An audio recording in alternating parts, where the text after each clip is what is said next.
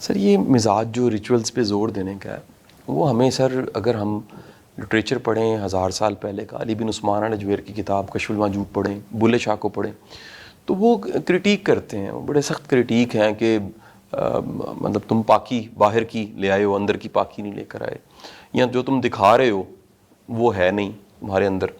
تو یہ جو کہہ لیجئے کہ ایک ٹپیکل ریلیجن کو پریچ کرنے والے کا مزاج ہے اور ایک صوفی کا مزاج ہے، اس میں سر بڑا ایک ملتا ہے ڈفرینس. وہ روح پہ کام کر رہا ہے اور یہ ظاہر پہ کام کر رہا ہے.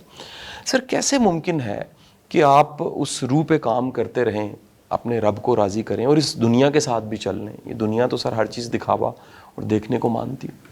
دیکھیے یہ چیز از خود آدمی میں آ جاتی ہے، پیدا نہیں کرنی پڑے گی، از خود آ جائے گی. صحیح.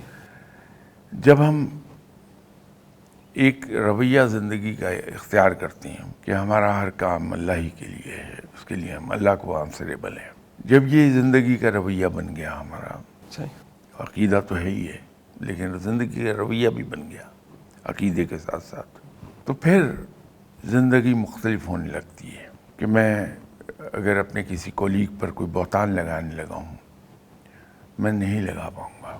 میرے دشمن کے بارے میں کہیں بات ہو رہی ہے اور اس کی برائی بیان ہو رہی ہے، مجھے پتہ ہے کہ یہ برائی اس میں نہیں ہے، تو میں فوری طور پر اپنے دشمن کو ڈیفینڈ کروں گا کہ نہیں وہ ٹھیک ہے، اس سے میرے مخالفت ہے لیکن اس میں یہ خرابی نہیں جو آپ کہہ رہے ہیں.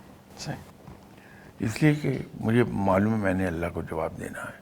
ملاوٹ کرتا ہوا، جھوٹ بولتا ہوا، دغا دیتا ہوا، تو ہر قدم پر میرے ذہن میں ایک چیز آتی کہ مجھے اللہ کو جواب دینا ہے، دنیا میں بھی اور آخرت میں بھی، دونوں جگہوں پہ میں آنسریبل ہوں اللہ کو.